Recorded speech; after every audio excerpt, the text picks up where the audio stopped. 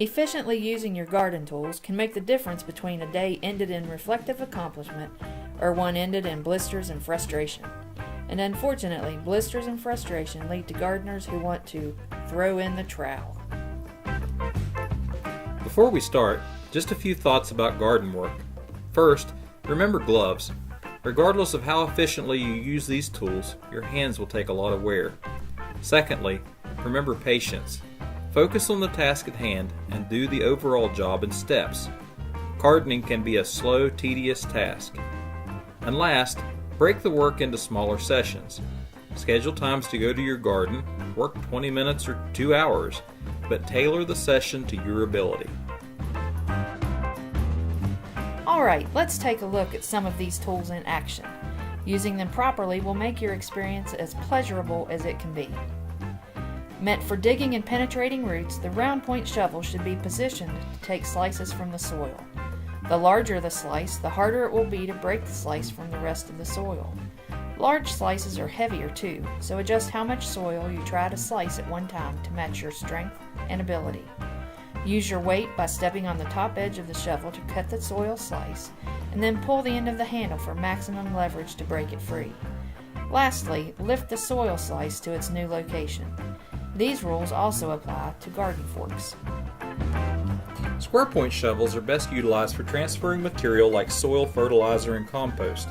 If there is a flat bottom to the container, you will quickly understand the benefits of the square tip when scooping material. When pushing the shovel, use the weight of your body as much as possible.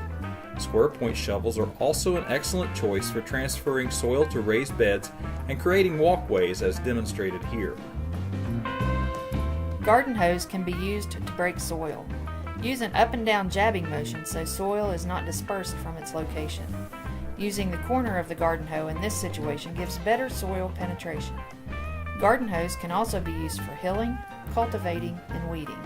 In those jobs, garden hose pull soil from one location to another. For weeding small, newly germinated weeds, consider the back and forth action of the scuffle hoe. By cutting weeds on the push and pull and allowing soil to pass through the cutter, the scuffle hoe is much more efficient than the garden hoe as a weeder and can make short work of large areas. Garden rakes remove soil clods and rocks and are great for leveling seed beds and making fine soil for seeding small seeds. Use a light push and pull action to make the most of your effort. Once the hard work is finished, it's finally time to plant. Placing transplants can be accomplished using your hands alone or a myriad of small hand tools. Everyone has their favorite. The Korean hand hoe and plant dibble are a couple of my personal favorites.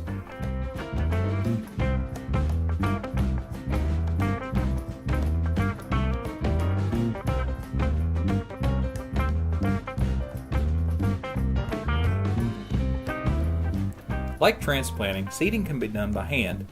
It is difficult to control small seeds when planting by hand and will often result in over or underseeding. Overseeding is easily remedied by thinning. Inexpensive seeders are available through garden suppliers. Larger seeds can be dropped by hand or with a drop tube made from a small length of pipe.